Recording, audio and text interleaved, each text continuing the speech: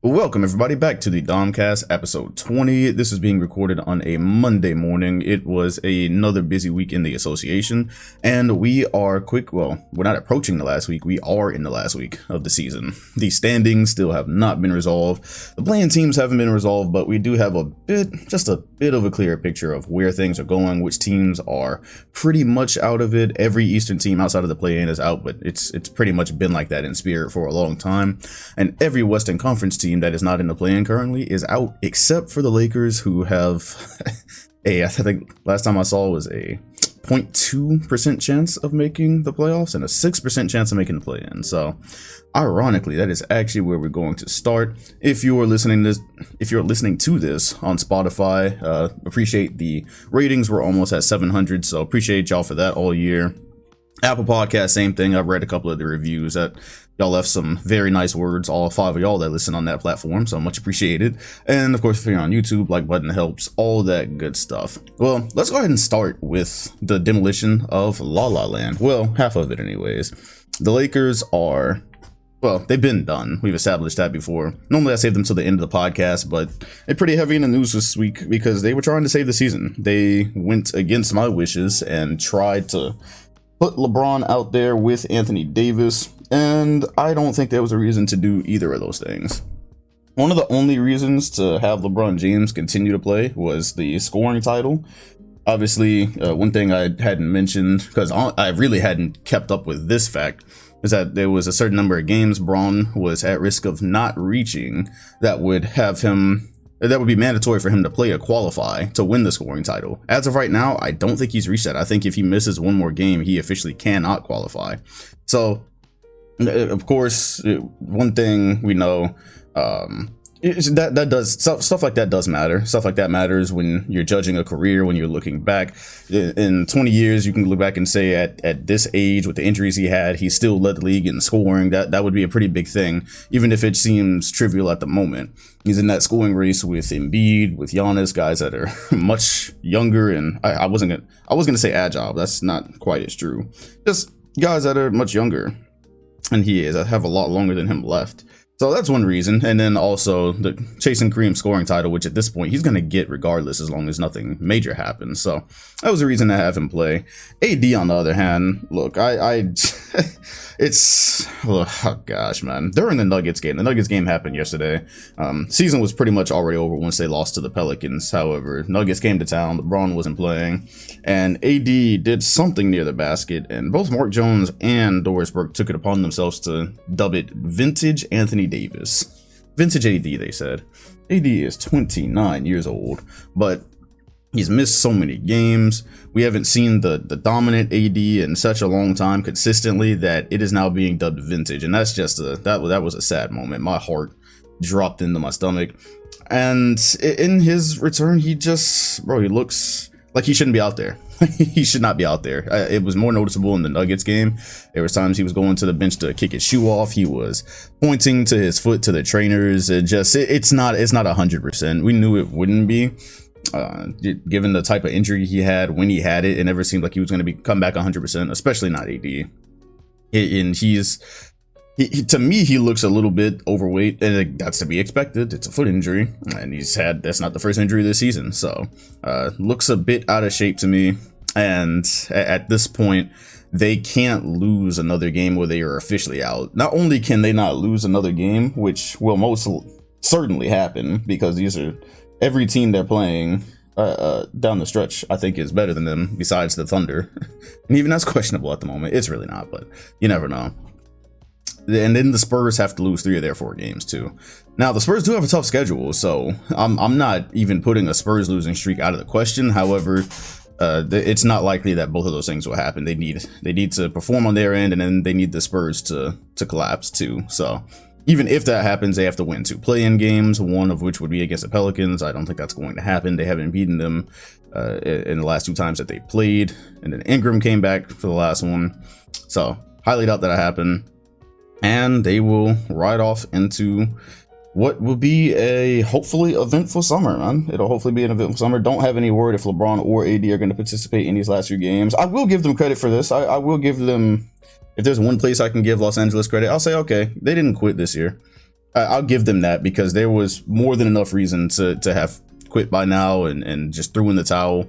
But with the expectations this team came into the season with, the type of players that they have, I will at least give them credit for not throwing it in until the very end. That's the 2013 Lakers did the same thing. Kobe never quit. Now it was to a fault at that point, but he damn sure did not quit on that season, even though had they made the playoffs, it would have been him against the Spurs, which it was Lakers against Spurs that year, but Kobe would have been there if he hadn't been injured, and they never let it go until the end. So I'll give them that. If I had to say something nice about this season, I will give them that. We did many watch parties this week. I really have been ramping those up on Twitch since the playoffs have come up, and one question that came on my mind, and it had been on my mind, is just where would the Lakers have finished this year if they were healthy? If they'd have been healthy, if they had all the guys available from day one and just had marginal injuries like a regular team, yeah, sure, a guy is out here and there, but not literally trading pieces like they did all season, what would they have done? Because coming into this year, I was very adamant that I thought that team could, led by LeBron and Anthony Davis, I thought that team could out-talent a lot of different squads. I never thought they fit well, but I thought they had good enough players that they could finesse themselves to closer to a top seed.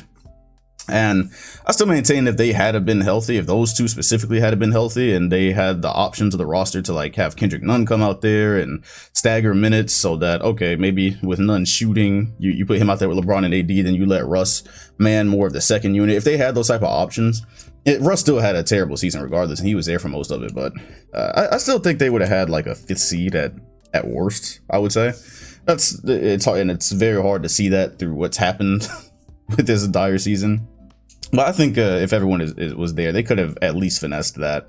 But missing your best players and your role players all season just doesn't help. So, man, I don't know what's going to happen this summer. This is not a strong free agency class, by the way. I was also looking at that, and the names come up immediately. You got Russell Westbrook there, John Wall, Zach LaVine, who I don't think is leaving, but he is unrestricted. Kyrie, he already said he's not leaving. I don't expect him to go anywhere. It's a really weak free agency class. You get to Yusuf Nurkic and company really, really quick when you look down that list. And I guess we'll be talking more about the Lakers in the offseason. For now, this is pretty much a wrap. We will do yet another postseason with no LeBron James. Had one in 2019. I know that's a distant memory now. And here we're on 2022, and it's just unfortunate. But puts us all out of our misery, not having to watch this squad struggle anymore before it dies. That is the story of the 2022 Lakers. What a tragic one. Well, I think it's only fair from that point to go to the next LA team, who is actually starting to look up. Yeah, the Clippers did get Paul George back 3 weeks after we had Vinny on the podcast, and what a sight for sore eyes. So Clippers, they went through this whole season basically just thugging it out with the pieces that they had. No Kawhi from this jump, we knew that. And Paul George went out. Gosh, he went out around December. So he's playing great basketball when he did go out. And who knows, the Clippers probably certainly wouldn't be in the play-in had they have had him. Which is the interesting part, because now they do, and they are a play-in team. And what's even more interesting is this is essentially the team that was running from halfway through the Jazz series to the conference finals. This is essentially the Clippers team that was in the conference finals and fought to make the NBA finals. What was that, a 6-game series with the Suns? An unexpected 6-game series? Yeah, Paul George almost did it. So that team is going to be an 8 seed, and they are, or a 7 seed. They can be 8th or 7th seed. They're going to be in a play-in. I think they're going to make the play-in. I really hope they do. And if they do, that is going to be a mighty test for either the Suns or the Grizzlies. I don't think they'll beat either of them, but in terms of first-round teams you could get, a Tyronn Lue coached Clippers team that kept their head above water using the likes of Amir Coffey and then the rest of the company, Reggie Jackson that was there last year, Terrence Mann, Zubac, just basically keeping their head above water with the surrounding pieces. Now headed by the star who is back and looking as good as he pretty much did. I mean, he didn't have a great shooting night against the Bulls, but he did against the Jazz. We gonna talk about the Jazz. We gonna talk about some Jazz, unfortunately. But yeah, that's it's going to be interesting because the Suns have had some very suspect losses over this week, actually. And I don't think people have really been paying attention to the Clippers much. That's why I brought Vini on a couple of weeks ago, because I did want to spotlight that they had done some cool things throughout the season, and they're not just gonna be a walk in the park for whoever they're playing in the first round. So that remains to be seen. But Paul George is back. Now the last question, which isn't really that much of a question, is Kawhi Leonard going to be coming back? We really don't have much word other than that he's been, getting shots up. If we look at Kawhi Leonard in the news, which I probably should have done before this, says Brian Windhurst doesn't expect Kawhi Leonard to return this season. I hadn't expected him to. Just for the chaos, I kind of wanted it, but he's kind of in the same boat as Jamal Murray right now. That is another guy that actually Woj did a piece on in the ESPN games, or before the games yesterday. That was actually ABC games.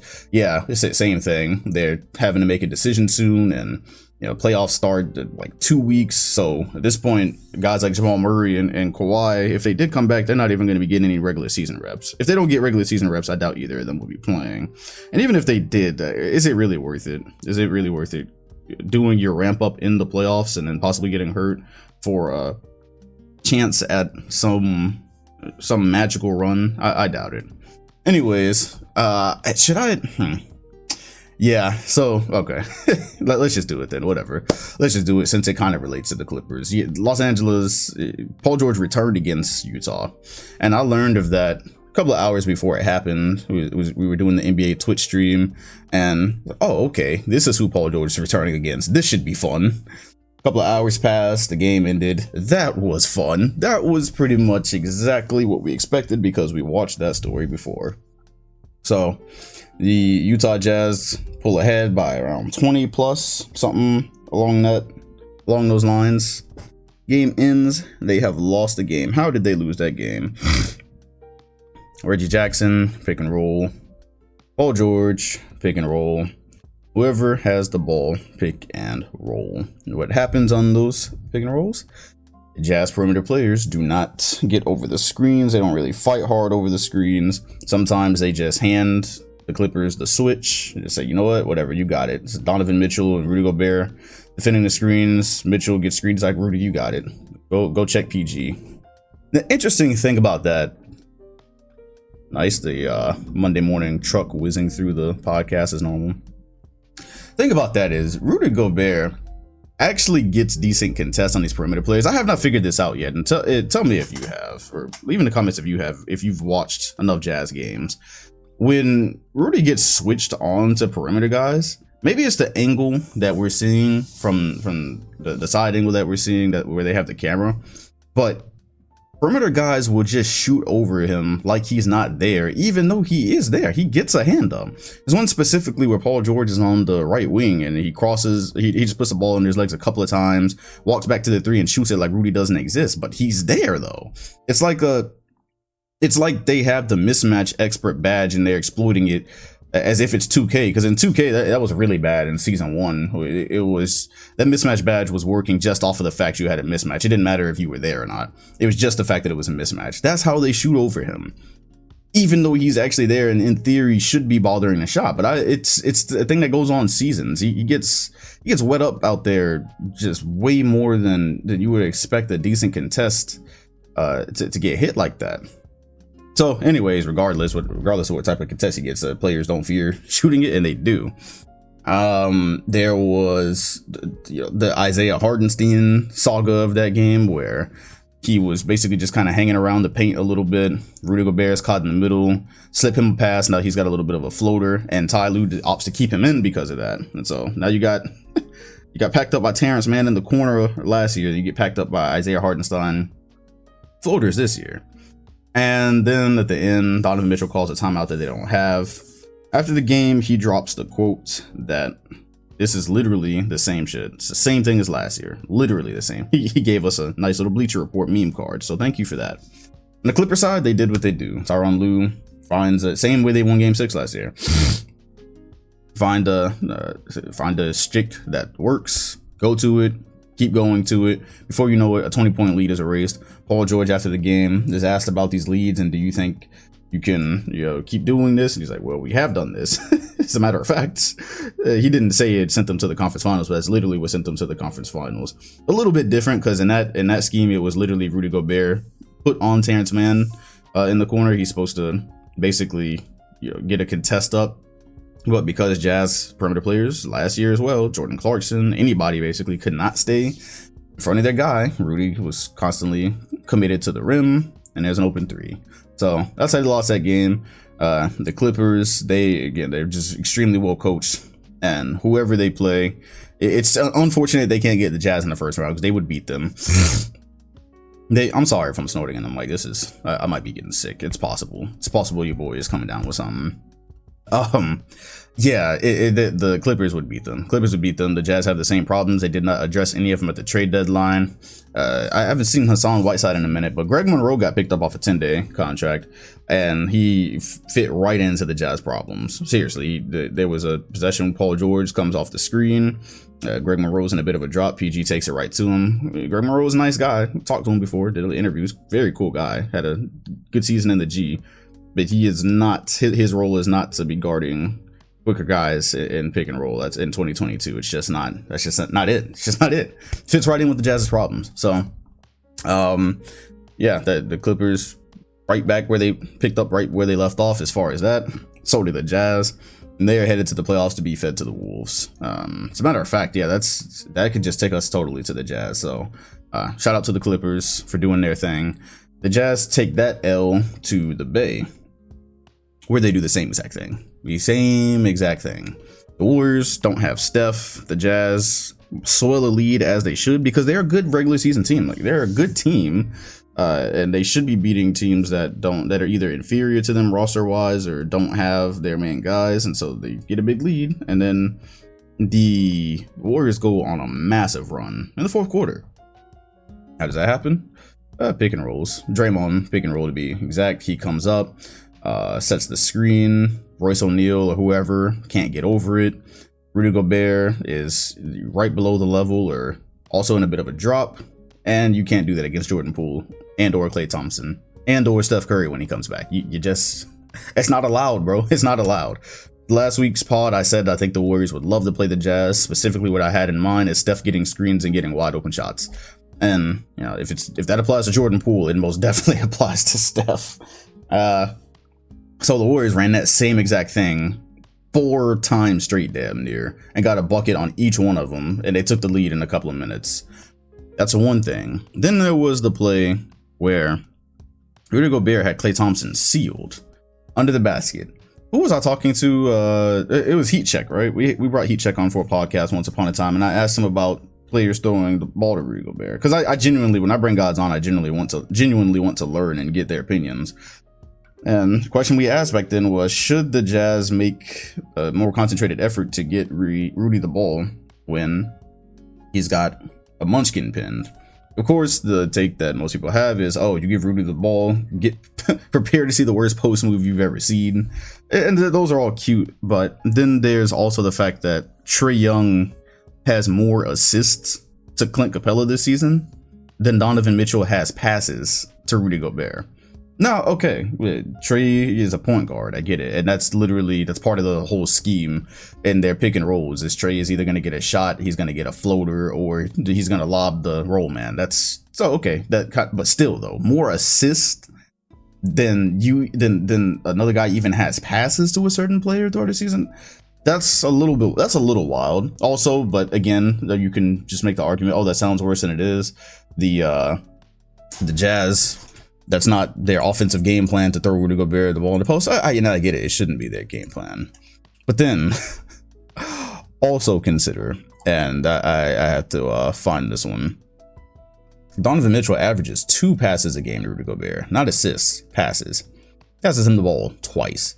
I'm going to say one of those 2 passes should have been when he had him pinned under the goal, because Klay was literally under it. Like if the ball would have went through the net, it would have hit Klay in the head. It was that far.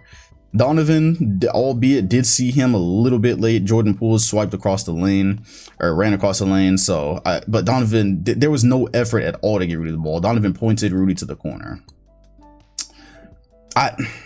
look, maybe sometimes Rudy doesn't seal good enough, and I get it that he's not a post player, so you don't get him the ball. But I've seen those situations happen all season, and I just feel like other than offensive rebounds, he's kind of in his screens. He's kind of useless on offense if you're not even going to take advantage of those type of buckets, and the defense knows you're not going to take advantage of it.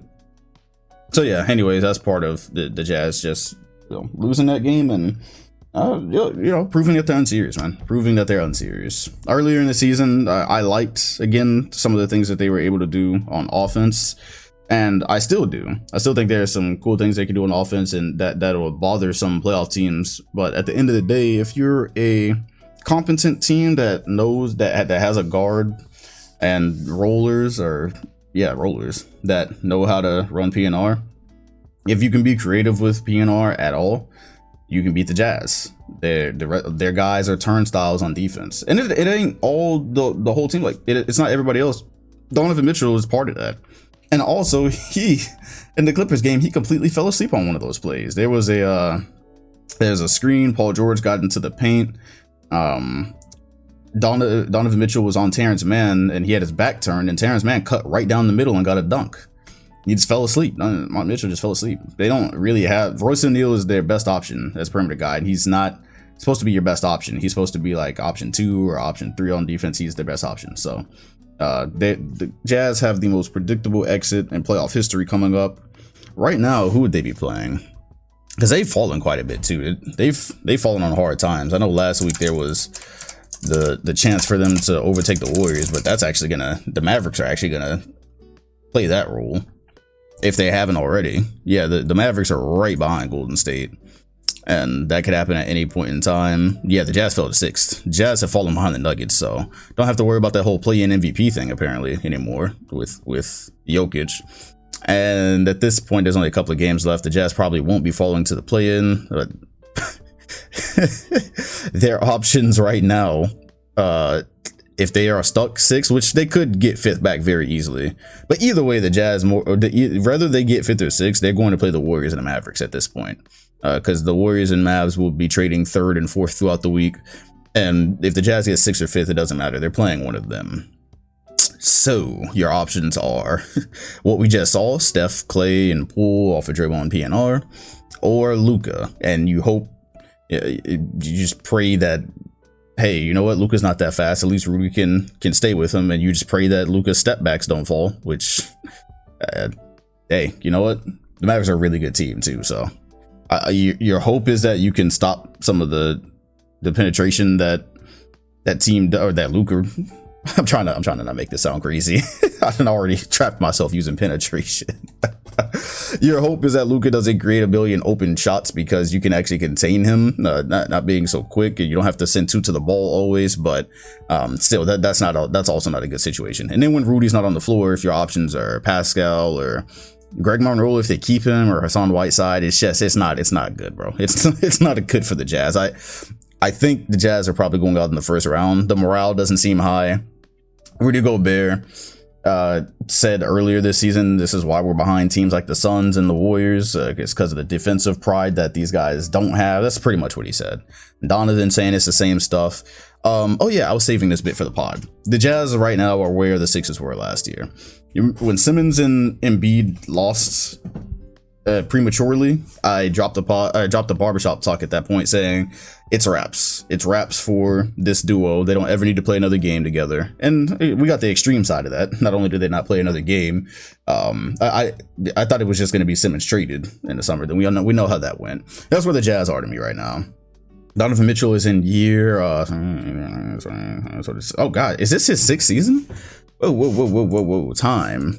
Time is going quick, man. Like, I was on YouTube for this man's rookie season, and yes, this is in fact 1, 2, 3, 4. Okay, so it's his 5th. So he's going into his 6th. Going to his 6th season. Yeah, and this pairing clearly doesn't work.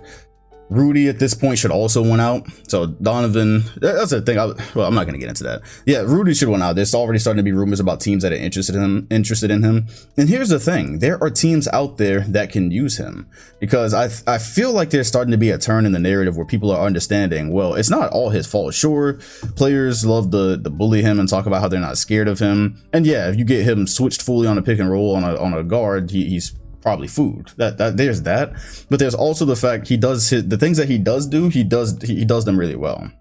The screens and helping creating your offense, the rebounds, the rim protection. He does those things well. So if you put him on a team where he can do those and he's not being asked to hey, stand in the middle and guard the rim, but also guard the 3-point, also make that journey over to the 3-point line and guard that too.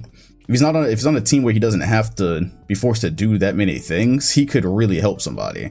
And so one of the teams that's come up is the Mavericks. They're talking about Rudy Gobert.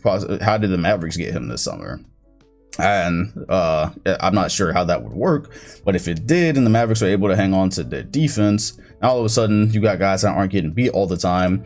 You have an elite rim protector, which I think they're missing, and then you have another look. Luka uses Dwight Powell as a roller efficiently and effectively, and no disrespect to Dwight Powell, but he's not an elite player. He's not an elite guy. And that's the guy that's constantly getting lobs from Luka. You throw Rudy down there with him, I just think that would be a great fit. I think that would be a great fit, and he'd be able to do everything. He'd be able to do the best parts of himself defensively. I think that would be, hell, that would probably put the Mavs over the top in my opinion. They were able to get Rudy somehow next season. I'm not sure what it would cost, but I've seen weird deals in the NBA. If they were able to do that and keep the costs minimal, they would absolutely, that would put them over the top. Because that's the one thing with Dallas right now that's kind of keeping me from putting them in title, or not title, well, yeah, putting them in title consideration, but also comparing them to the 2011 Mavs, because I am starting to see that comparison come up, and I don't think it's a 1-to-1 comparison. The Mavs had Tyson Chandler, they had a couple more role players, I think, that were dependable, although the Mavericks have a lot, man. The shooters are serious, so maybe they have that, but I think the rim protection is probably the piece away that they are at the moment. So yeah, to wrap it up, Jazz first round out, and if they're not a first round out, they'll be a second round out, and that should be the end. There's no reason to run Rudy and Donovan Mitchell back unless you can do a makeover of the roster and get a couple of perimeter defenders. Then maybe you can run it back with that, but if you can't do that, there's no reason to bring this team back next season. There's zero reason. Go ahead and get your picks. No one's going to Utah. No one is, as a free agent, is going to Utah. It's one of the reasons I think Donovan isn't going to want to be there. And yeah, so just go ahead and get your picks and, you know, try to get another Donovan Mitchell. But we'll see what happens with that. So that'll move us right into the Mavericks, because at this point they are going to be a 50-win team. Well, unless they just blow everything this week, which I don't see happening. But it should be a 50-win team. They could end up 3rd seed, and we already talked about who they play if that happens. They played the Milwaukee Bucks yesterday. We did a watch party for that, and man, just, you know, Luka, incredible playmaking day from Luka. I believe he ended up with 15 assists, if not a couple more, but definitely 15 when we looked. And it's pretty simple. Just, you know, this is the Bucks. This is the defending NBA champions, and you know, it's late in the season. I was hoping for a better showing from Giannis, given what happened the last couple of games. I was hoping it was going to be dominant like that, but he was having a tough time. You know, the Bucks they weren't really doing much creatively on offense. There was a lot of plays where they would just straight up put Giannis in the post, and it felt like it kind of made it easy for the Mavericks to set up help or swarm, because they were most definitely swarming him. If he was under the basket, normally that's a Giannis dunk. There would be 3 guys down there grabbing at him, so that was fun. As far as the Luka ball goes, he had Giannis on him a couple of possessions, and this is the part that's basically what he breaks rules, like same in the same ilk of KD and Kyrie. When you talk about just throw your whole game plan away, because the space that he creates on bigs, and Giannis does count as a big.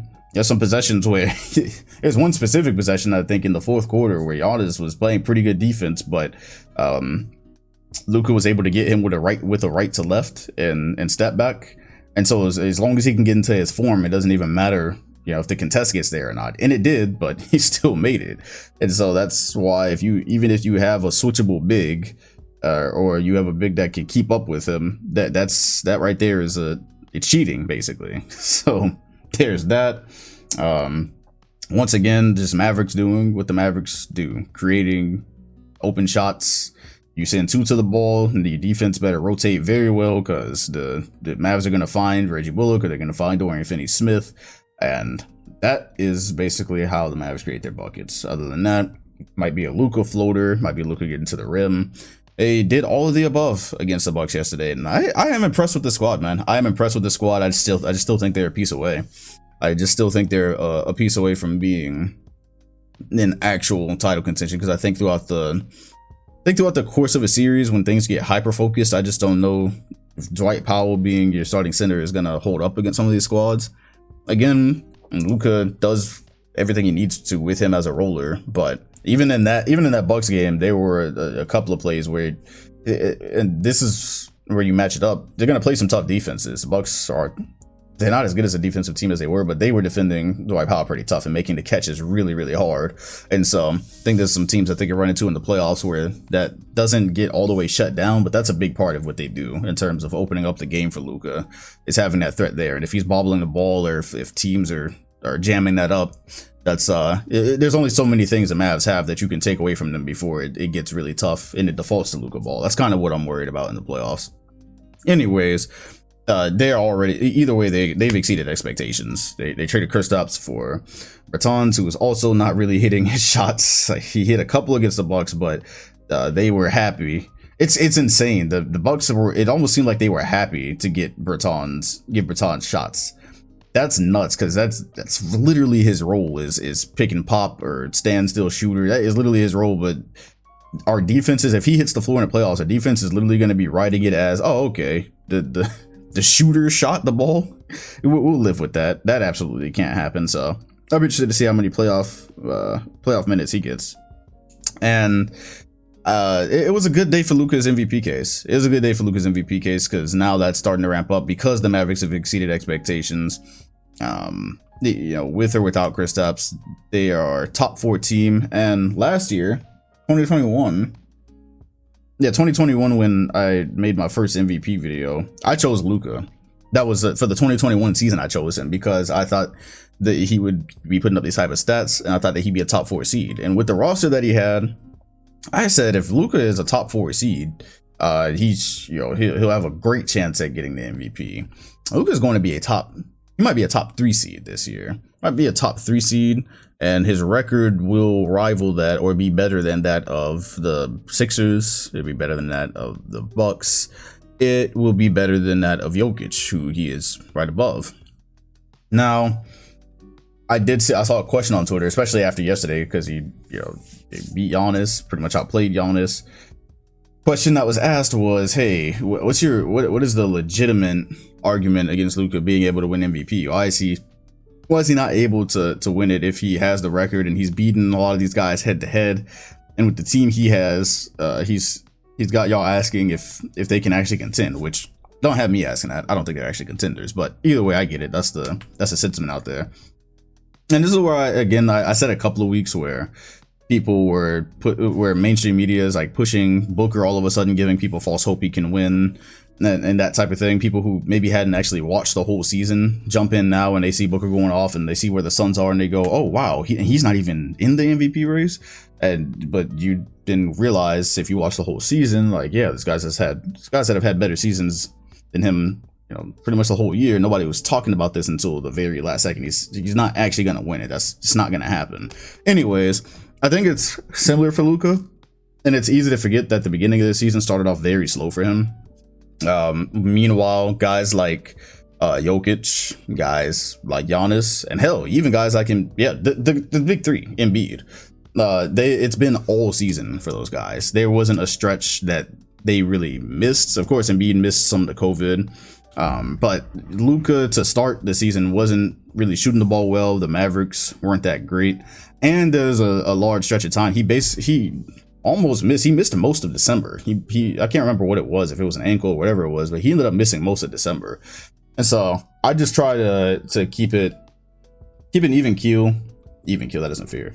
I just try to keep it level headed when it comes to this race, and remember, there's an entire season that you're considering. You're considering it from start to finish, not considering the last 2 months of it, not considering the 2022 calendar year. You consider the entire season. And so while Luka might poke his head in to the top 3, that could happen if the Sixers lost more games, although Embiid scored 44 against the Cavs yesterday in what was starting to be a week where it looked like he might fall off a little bit, so probably shut that down. But yeah, you could convince me he could get in there, but if you just look at the collective of the whole season, and if you look at both sides of the ball too, that's just another thing. Those were the reasons I would say that this season Luka will win it. Now, if he can come in from the start and do this, and the Mavericks end up with the top seed, that happens next year. I could see Luka. First of all, he's going to win MVP in his career. That's eventually going to happen. But that's what it's going to take. Coming into a year out of shape, and the first month or two is basically a ramp up to get to his MVP level. That's not going to cut it when the field is this crowded. So that would be my reasoning for it. Although I could see why people would come in, and if you came in January, you would absolutely go, wait, this has been happening this entire calendar year, and you're not taking Luka seriously? Yeah, I mean, he's there, but winning it? No, I don't think so. It's just guys that have been doing it from day one is kind of what I would say. So Luka, just come into the season and do it from day one. That's all. That's literally what this season is missing. That's all this is missing. And even then, it's tough because Dallas's defensive scheme is literally trying to, I don't want to say hide Luka, but keep him out of a lot of main actions. That's kind of what they do, and using him on the wing or keeping him on certain sides. They're trying to not have him be the primary guy. And in a help role, there's guys who do the help role more elite than he does it. So I would just say that, hey, there's two sides to it. But yeah, Luka's having a great season though. It's having a great season, and I cannot wait to see how this shapes up in the playoffs. Round 1 right now would be the Nuggets. If they move up, it'll be the Jazz. I think they can win either one of those series. And guys, going against the Nuggets would be a fun time on Twitter. First of all, that would just be a fun matchup. But that would be extremely fun on Twitter, because if everything stays put, Jokic is probably going to win MVP. He'll probably go out in the first round. And if he went out to the Nuggets, if he went out to the Mavericks, and then the Luka MVP agenda would go insane. And then Jokic accepting that award whilst Luka's in the second round, maybe contending even at that point. That would just be a hellscape for the narratives. So we will see what happens with Dallas, but yeah, good stuff for Luka against the Bucks. Speaking of the Bucks, we can just roll on down to them. Giannis had himself a week, so it wasn't the strongest showing against the Mavericks. It was not as loud, but boy, against the Sixers, against the Nets, those were two mega punches. First of all, if you don't know where Giannis stands on the MVP race, apparently he doesn't know it exists. He did an interview for The Athletic, and part of it was the guy asking him about the MVP race, and Giannis is like, oh, the MVP race. This award. Who are the candidates? Oh, those are nice. Those are nice players. Yeah, they deserve it. Yeah. That man.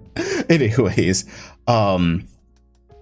he's been right there, third or second the entire year. He's yet to, I don't know if he's taken first since maybe the very beginning, if he was ever first.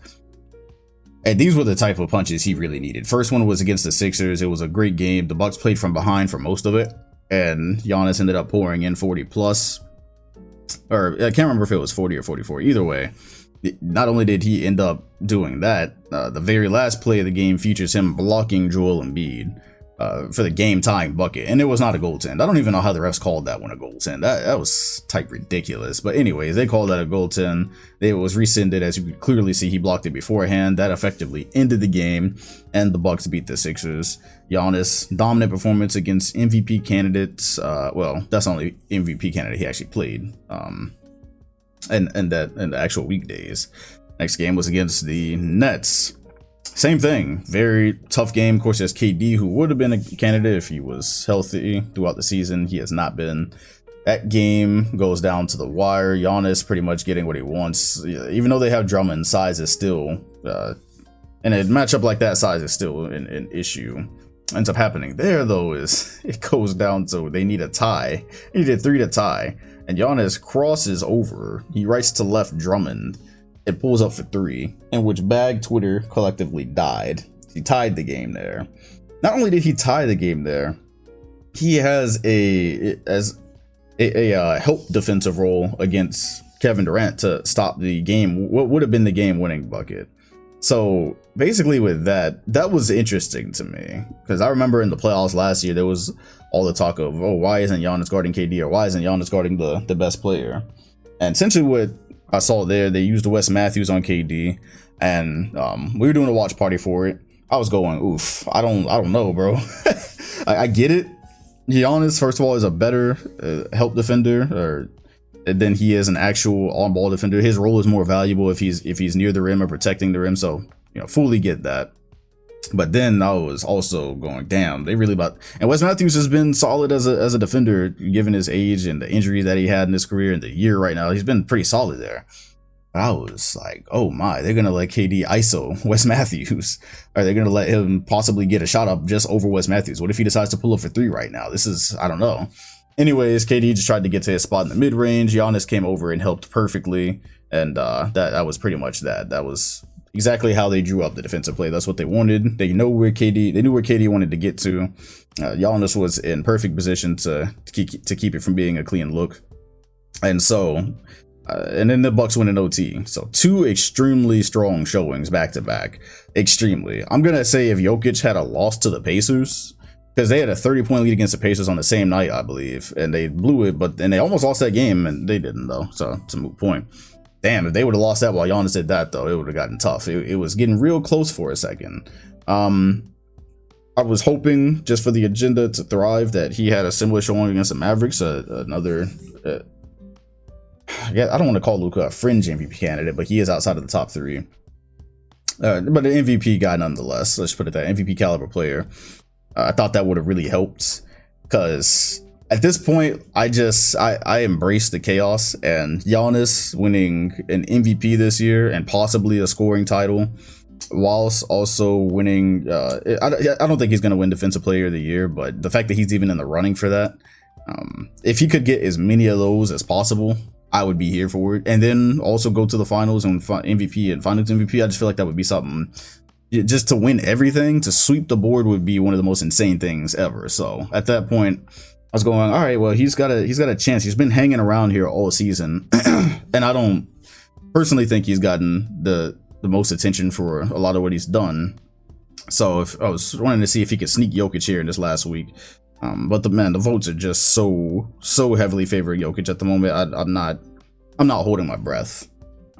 But yeah, it was a good showing. It was a really good showing. Milwaukee right now is half a game behind the Celtics for second, which I guess we can go there. This is fun. Miami Heat last week, they had fallen to 4th, but we all know how close the East is, so that didn't really necessarily matter. It's just that they were losing games questionably, and they were falling, and we're going, uh-oh, like, is this the Heat collapsing? Oh, they not won 4 straight, so good week for them. Took care of business in Toronto, also beat the Celtics. Let's go there first before I look at the standings. The Heat Celtics game, it was a fun one. First of all, it's the Boston's first true game without Robert Williams. They played Toronto with the main Celtics basically, and they almost ended up winning that game. So that's a great confidence boost for a team that they might see in the playoffs, and hopefully Jaylen Brown can play. That's something that I guess I'll address in a second. But anyways, that aside, the Miami game, again, it's especially without Robert Williams, it's tough. But yeah, it wasn't. There were some things that I saw that just weren't encouraging, i.e. Boston chasing around their shooters. Defense has been there. That's just where they've hung their hat in the calendar year 2022. And throughout the game, chasing their shooters are just literally around the perimeter was really tough. I felt like Strus was getting way too many open looks. They weren't disciplined on that. And then the offense just got real stagnant, which has continuously been my worry about Boston actually going far. Is when the offense gets stagnant to a certain point. If it's not happening for JB or Tatum, then what? Tice was having a pretty good night. That's encouraging. Look, with Robert Williams' absence, it's mostly defensively is what I am concerned about. Whether or not Tice can slip through the cracks and get a couple of dunks or hang around the dunker spot and get some easy buckets off the ball movement, that's really less of my concern. That's helpful for sure. The name of the game is score, but that's less of my concern. My concern really is the gap in athleticism between he and Robert Williams and how that's used in defensive schemes. That's where I'm worried about. But anyways, yeah, the actual offense itself, there's a stretch where it just kind of went numb, and that's a thing about the playoffs is it doesn't matter. The thing about any game, doesn't matter how much you lose by, but in the playoffs, it doesn't matter if a team that you're close in rankings with, matter if they can beat you by 2 points or they can beat you by 4 points. They can just get Boston to go cold or stagnant for long enough, and then Boston can make a little fourth quarter run and keep it close.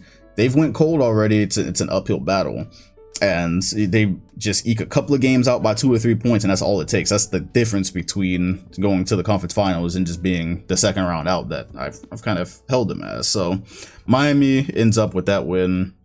Strus really killed them. Open shots around the perimeter just really killed them. And they still played him tough without Robert Williams, so I was happy to see that. And it's not like Robert Williams was a 20-point per game scorer. It's mostly defense. So even without him, the principles that they built throughout the season, it's not like any of that just goes away. They're still going to be super competitive. But yeah, Miami's a team that if Boston gets out of the East or were to get out of the East, they're going to have to see. So Rob saying he's feeling well and they're doing 2-a-day workouts. The hope is that he can return in the second round of the playoffs. For now, Boston is second in the East. And it's funny because I tweet things, again, most of the times I tweet, I'm not really that serious about anything, but I tweeted the standings and I'm looking at Boston going, you know what, yeah, go ahead and slide into that third, or not lose on purpose, but everything in the standings is so close that Boston being second or Boston being fourth is literally just a matter of one game. Well, it's a half a game, but I'm saying one game could literally change that. Each of these teams' next games could decide that order, or could help decide that order.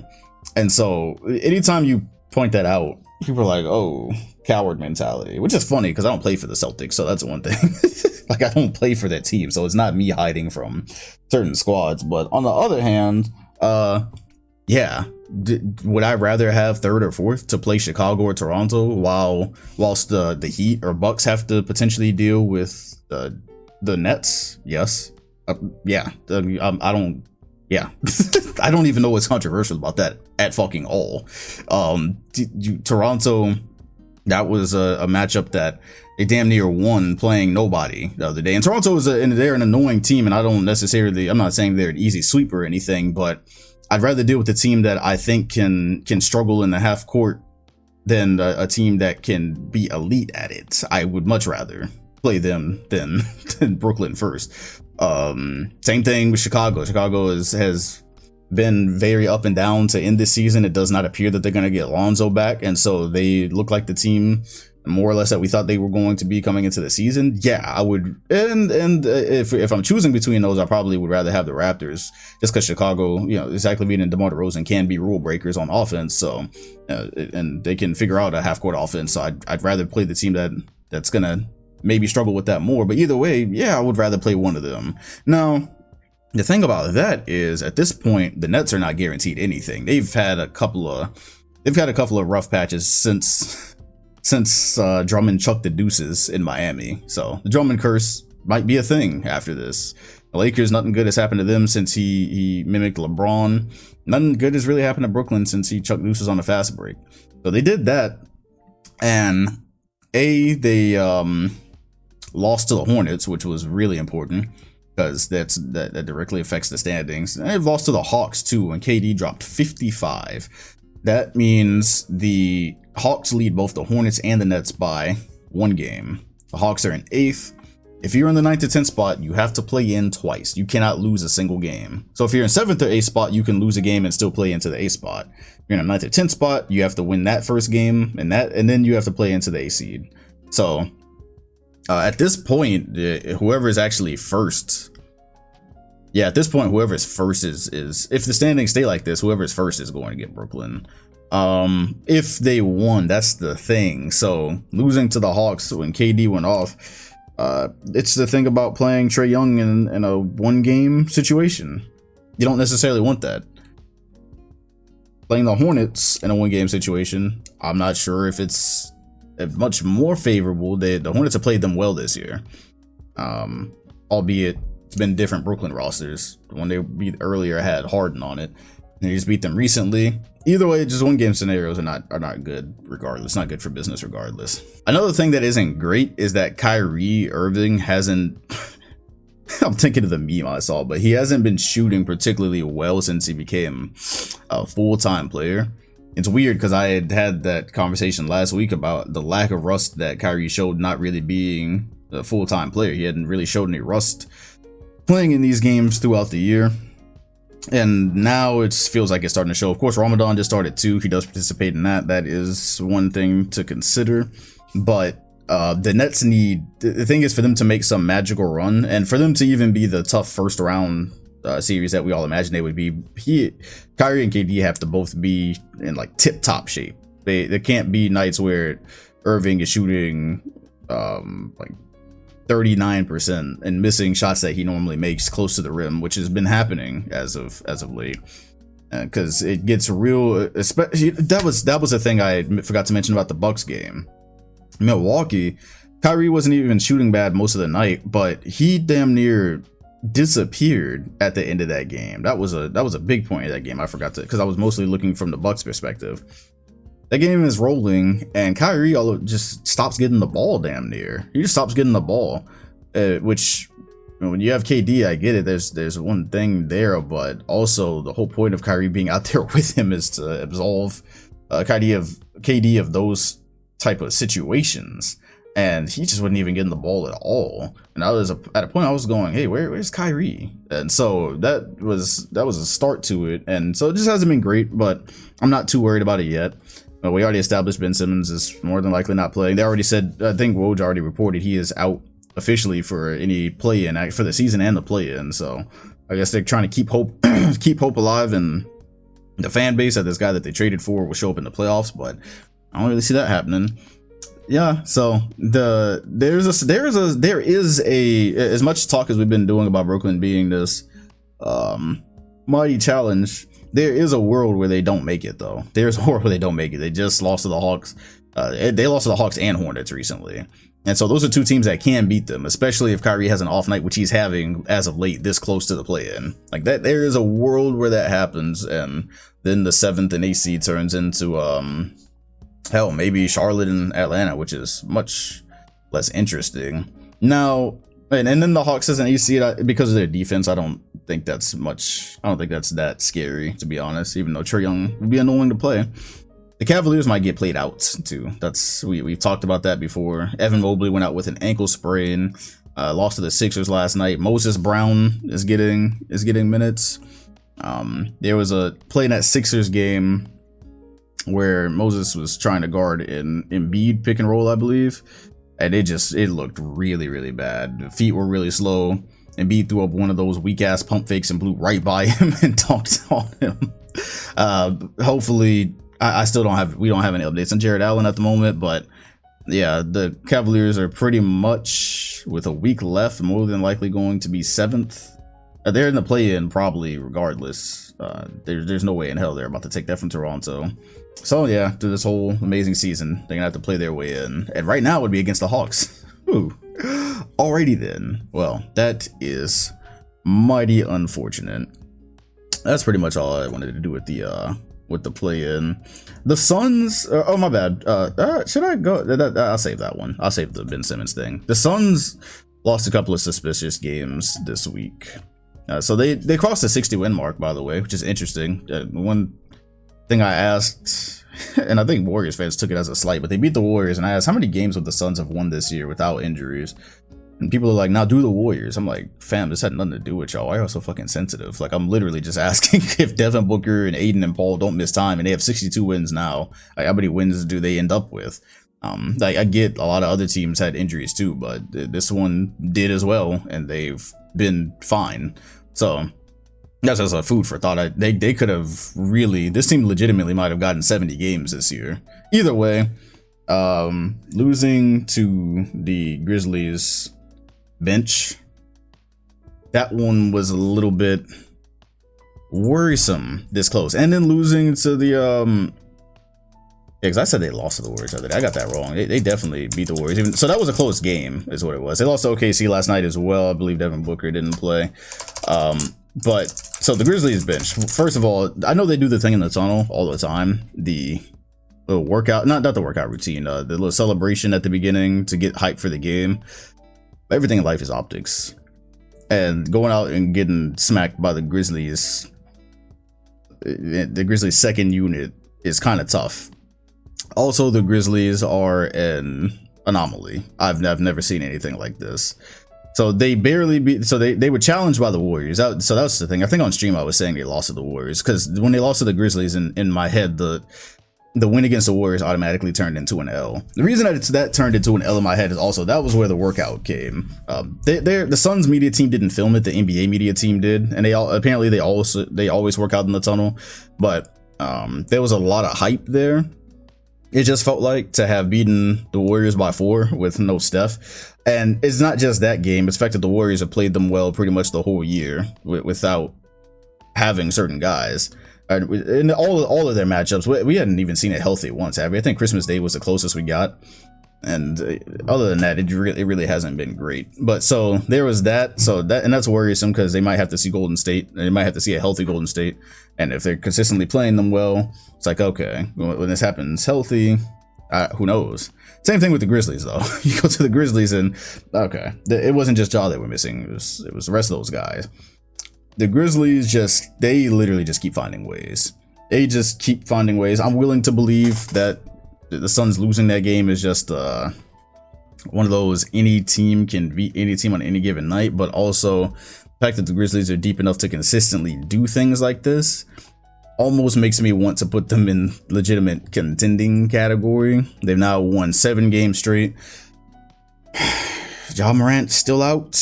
We are really close. He has one more week to kind of recover. But Dylan Brooks is giving you buckets. Like, he's attacking closeouts. He's getting to the mid range. Who did they play earlier this week? It's actually, guys, they played the Warriors. They played the Warriors too. Yep, and it was Belly that he sussed up. It was Bielitsa, so whatever. But also Dylan Brooks putting the ball on the floor, saucing you up like an and one player is hilarious. There's DeAnthony Melton buckets. Like, bro, this team is I don't have in my memory bank a squad that could miss their MVP candidate or fringe MVP candidate, their best player, and lose 2 games and listen for that much of the season. Like, I don't have any examples in my head of that. It's nuts. When things get hyper focused and game plans get hyper focused in the playoffs, they still need him. But the fact they've been able to do this without him, that is, I'm even more hyped for the Grizzlies second round, whoever they play in the second round, than I was before. Right now, they'll be getting, as we talked about, they'll be getting the Clippers or the Timberwolves in the first round. Somebody asked during the watch party, which of those, if you're the Grizzlies, would you rather play? I would go Timberwolves just because we know what the Clippers are capable of with that specific roster. We've seen it. And now they have Rocco, and they potentially get Norman Powell back too. So that Clippers team is honestly probably a better version of what they were last year and when they were in the conference finals. So I'd much rather get the Timberwolves, where none of them have really proven anything in the playoffs yet. Cat's playing really well, but he was playing really well in the season they went to the playoffs one time, and then it fell off. So that's who I would rather get. Although it'd be an interesting series still. There's not really any easy ones out here. So yeah, the Suns, I would say that just gives me some pause. I get it. They've been winning all year and they've built all these great habits. So they've done all these things and it's cool. But either one of the Suns second round matchup is probably going to be either one of these teams. And they got played well by one without the head of the monster. And then they got beat by the other without anybody. That's just, it's slightly concerning. Slightly concerning, man. It's got to be Chris Paul's last chance. Like, it has to be. There cannot be anything after this. Did mention Rocco. He had the most random 40 ball ever. 11 3-pointers he hit against the Milwaukee Bucks. They put 150 on them. Giannis didn't play, but still, that was nuts. He just kept spraying it from 3. Literally kept finding open corner 3s, open wing 3s. That's pretty much the story of that. Any player can go off for crazy buckets at any time, but that was definitely like just everybody just wants to score 40 or 50 plus. DeRozan ended the calendar month of March with the 50 ball on the Clippers. Shout out to PG for fouling him at the very end, but the game went to OT, so it didn't lose him. It didn't lose him that game. Let's circle back around to two teams that we talked about before we start to finish up here. James Harden, a little bit concerned. I've been concerned on the pod, but also I am thinking about the extension that has to happen, just looking a little bit into the future. So they played the Cavaliers last night, or the Cleveland Charge, really, and the Sixers almost lost that game. Embiid went off. Harden was 4 or 14, I believe. Funny thing about his games is he can do something like that, but still end up with 20 plus points, 10 plus rebounds. It just happens like that. Or 10 plus assists. He'll still end up with his double-double. But I've got to say, this far into his Sixers run, his inability to get by guys the same as he once did and just finish the same without fouls, that's really concerning. Against the Cavaliers, there was many plays like that where if he did get inside, it seems like he's still dependent on drawing some of these fouls that he doesn't get. And so if he takes a bump or he takes some, if there's tough defense down there, he'll throw up a little left-handed floater, and I see a lot of times it just doesn't go when he's got his hands up looking for a foul. He does not get up the same. Now, I guess that's not news because that's been happening, and this is another tough shooting night, but consider that his extension for the Sixers is going to cost them, it's going to be a $200 million extension. Remember that we had this conversation about the Nets very early or halfway through the season. A Nets Twitter guy had, I guess he's a reporter, had asked, what do you do if you're the Nets? Do you give Harden, I'm not sure if you extend this version of Harden worth that much money, basically. And the Sixers are also in that predicament, but that was the guy they got for Ben Simmons, so it feels like they have to. And I'm stuck between, this is Harden now, and no, this isn't Harden. He's going to get healthy over the summer. He still has not had a chance to get healthy from a problem that's been plaguing him for the last year. I'm stuck somewhere between that because I know what he's capable of if he's not bothered by those injuries. But that's still one thing for the Sixers to actually get out of the East. Harden has to be able to finish some of these. He has to be able to hit some of these step backs. And it's not gonna be able to free throw his way through the East. It's just not gonna happen. Another thing, Harden and Embiid still working on some chemistry in the pick and roll, specifically if guys are switching that on defense. Once again, Harden loves a step back. He still goes to it a lot. It's just not going down a lot. I'm looking for Embiid to know where to be when that happens, because he hadn't played with a ball handler that might do something like that in the pick and roll. I'm pretty sure he's used to getting the ball down here all the time. If Embiid gets a switch, I feel, and teams aren't going to want to do that a lot, but I feel like if Embiid gets a switch on a PNR, he should always kind of get it. That just kind of feels like the thing that should happen. I know Harden, just like Luka, would like to step back on a big man, but if Embiid does not go bare, if he has a guard, let the team give him the ball, let whatever team they're playing send two to him and put the defensive rotation at very least, because he's going to draw a double. Gobert's not drawing a double, Embiid will. Those are just some things I got to figure out, and there's still a week. There's only a week left. So there's that, and then there's the future of this, like what happens with the extension, because kind of have to do it, especially this is Maury's guy. I feel like they're gonna do it, but damn, that could be detrimental if we never get the MVP level Harden back. If we never get Houston Harden back, that could be detrimental to Embiid's career. Because let's just say it's this version right now, like last night against the Cavs, which still gets you a double-double, but is not a $220 million player. You give him that for 5 years and let him get older, and it doesn't get better than this. Oof, that could be detrimental. That's just something to think about. But hey, let the playoff run happen first, I guess, right?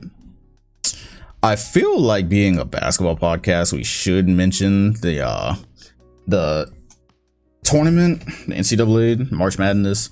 We did do a watch party for UNC and Duke. It was funny because those of y'all who watch the streams enough know Kobe. He's UNC fan. He did the watch party with us. We were talking earlier in that day And I was asking him who was supposed to win, and he was telling me about the teams, and I was like, oh, okay, so Duke loses then, because this is just what happens. Like, Paolo Banchero is the big name. This is exactly what happens. They end up losing. Guys like that end up losing to teams that they weren't necessarily supposed to lose to, and lo and behold, that does happen. However, I've been very transparent with y'all, telling you I don't pay that much attention to college. I poke my head in, especially for the prospects like Chet Holmgren, and I keep up with the names and I keep up with the chatter around them, but mostly I don't really hawk down prospects before they get in the NBA, because I'm not a big part of like draft prediction Twitter, so I don't really do that. Anyways, that was really my first look at Paolo, and just like the build is crazy. Like, the build looked like a grown ass man playing with kids, which is funny because I know in that specific game they played really good defense on him. He didn't really seem to want to shoot the ball as much, and so trying to get him on the low block, there was help coming. It was the finishes were really tough, so I get it, but I know he's had a good season. I've been paying enough attention to hear about that. And I just based off of that, they lost, and whatever happens, whatever happened. But I can't wait to see which team he ends up with, and what he could do in the NBA, because the build is wild. The build is NBA ready. Feel like he could have played in the NBA this year. Definitely want to see him with the great point guard like Cade. That'd be awesome. Or even seeing him with Reese. Like, if somehow the Pacers end up with that would be funny. I just wanted to throw that in there, that I'm really excited to see him in the NBA, because that was the first thing I noticed out there. Because he had some good buckets, but I know there's probably much better performances from him I could have sat in on, and I was just like, bruh, that's insane. NBA players playing in colleges or playing against dudes who got to take their homework seriously is wild. Oh yeah, one more thing. I whatever. I didn't have much to say about that. That was just supposed to be a mention. The very last thing to mention is Ben Simmons is trying to recoup $20 million from the Sixers that he didn't get from not playing earlier in the season. He has the NBPA's support. This is going to be interesting to see the result of, because if he does recoup that, now there is absolutely zero incentive for a player who wants out to not do the same, other than the fact that you might miss a year of your career. You can win now if he wins this. So I don't know how long it's going to drag on or what the process is, but if Simmons gets that money back, he will have gotten traded to the place he wanted to get traded to, and got out of his contract for his draft team way earlier. This would be one of those like landmark. This is a landmark case, in my opinion. I don't know how many players out there are going to sacrifice their image and sacrifice this much of their career to sit, especially because I don't exactly know where the back injury came from. The fact that he tried to ramp up and he's got a herniated disc. I don't know when the Nets knew that. I don't know if that's a result of him trying to ramp up, whatever. I don't know how far a player wants to go, but if a player really wants to dig in to get out of their situation and Simmons wins this, the door will be open, and that'll make negotiations for the next bargaining agreement really interesting, because I have a feeling that owners are not gonna want to continue along a path where players can just be like, trade me and I'll see you when you do. I have a hard time believing they'll end up letting that slide, but hey, we'll see what happens with that. We will see what happens with the last week of basketball. I cannot believe we've made it here, man. No basketball today on this Monday, so UNC versus Jayhawks, should be doing a watch party for that. Should, operative word, should. We'll see what happens, and the standings will round out. The play-in will round out, and we will finally get the last version of these standings. If you enjoyed this podcast, make sure to rate it on Spotify, rate it on Apple Podcasts. Also, be sure to hit the like button if you're watching it on YouTube, and sub, and hit the button next to my name if you want notifications every time a new video drops. Thank you for watching this season, and I will see y'all next week for the end.